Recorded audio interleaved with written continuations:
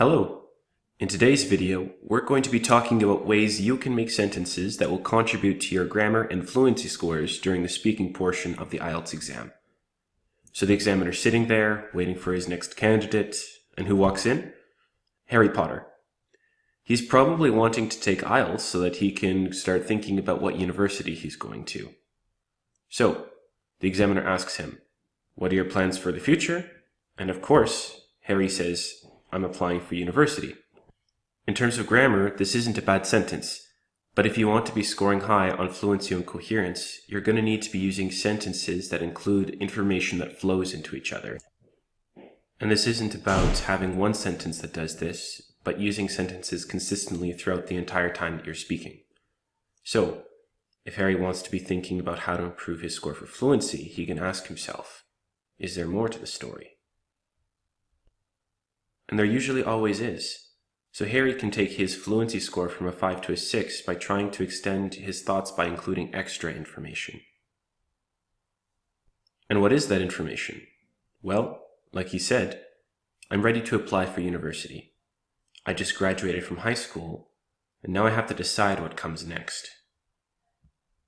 It seems like Harry wants to talk about the consequences of actions. He did one thing, and so something else is going to happen soon.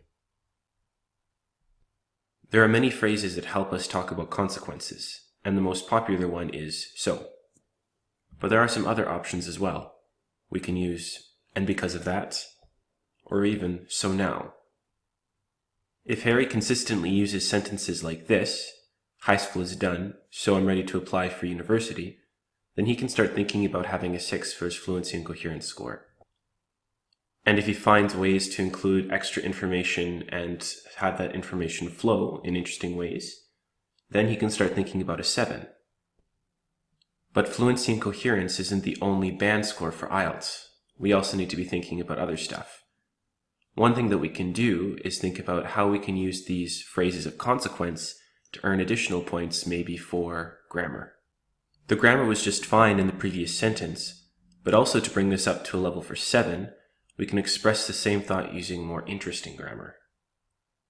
So now we have to think, what grammar goes well with talking about consequences? How about present perfect? Why? Because we use present perfect to talk about the past in a way that's relevant to the present.